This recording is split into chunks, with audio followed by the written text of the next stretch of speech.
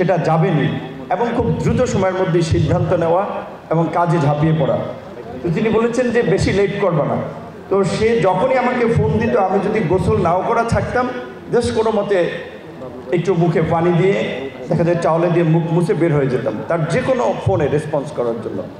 তো সেদিন যেয়ে দেখি ছাত্র ইউনিয়নের ছাত্র নেতারা কয়েকজন বসে আছে, আমি গেলাম, তারপরে ছাত্র ফেডারেশনের কয়েকজন আসলো, আরও কয়েকজন আসলো। তারা বললো তোমরা কথা বলো। মানে তিনি কাজের আগে আমাদের মধ্যে একটা আন্ডারস্ট্যান্ডিং করানোর জন্য একটা ফ্লোরে ছেড়ে দিয়েছেন যে তোমরা কথা বলো। তারপরে সবাইকে যার যার এরিয়া অনুযায়ী কিছু খাবারের প্যাকেট সেগুলো দিয়েছিল এবং তার কোভিডের সময় তার যে ত্রাণ কার্যক্রম ছিল গণস্বাস্থ্যের পক্ষ থেকে, সেটা আপনারা বোধহয় লক্ষ্য করেছেন।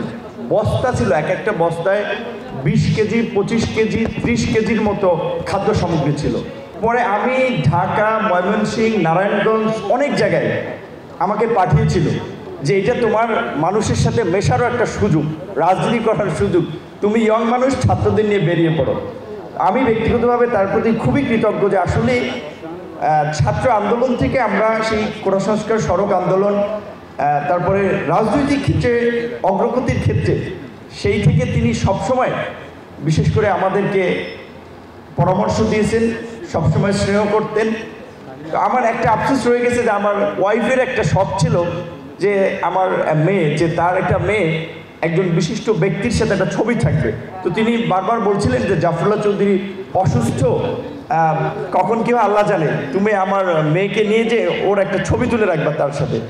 তো আমি যাবৎ শেষ সময় তো তিনি অনেক সময় ডায়ালাইসিসে ছিলেন, ওই গণস্বাস্থ্যের ওই কেবিলে ছিলেন, আপনারা জানেন। কিন্তু তারপরেও তিনি যেভাবে বিভিন্ন প্রোগ্রামে ছুটে যেতেন, একেবারে সাধারণ মানুষ, কৃষক, শ্রমিক বলেন, হকার, যেই দাওয়াত দিত তার প্রোগ্রামে চলে যেত। অনেকে তো বুঝতো না যে তিনি কতটুকু অসুস্থ। আমি একদিন তাকে বললাম যে আপনি সবার প্রোগ্রামে, সব প্রোগ্রামে কেন যান? এক জায়গায় 10 জন লোক থাকে, 15 জন লোক থাকে, একটা মিডিয়া থাকে, সেখানেও আপনি কেন যান? কষ্ট করে ওই প্রোগ্রাম তোরা চালাতে পারে, আপনি বেছে বেছে সপ্তাহে 2-1টা প্রোগ্রামে যান।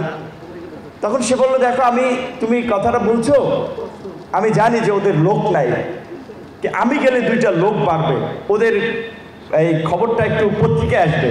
তো দেখেন, তিনি একজন ইন্ডিভিজুয়াল হিসেবে এইভাবে মানুষকে প্রতিষ্ঠিত করার ক্ষেত্রেও, সংগঠনকে, ব্যক্তিকে তুলে ধরার ক্ষেত্রেও এইভাবে কাজ করে গেছেন।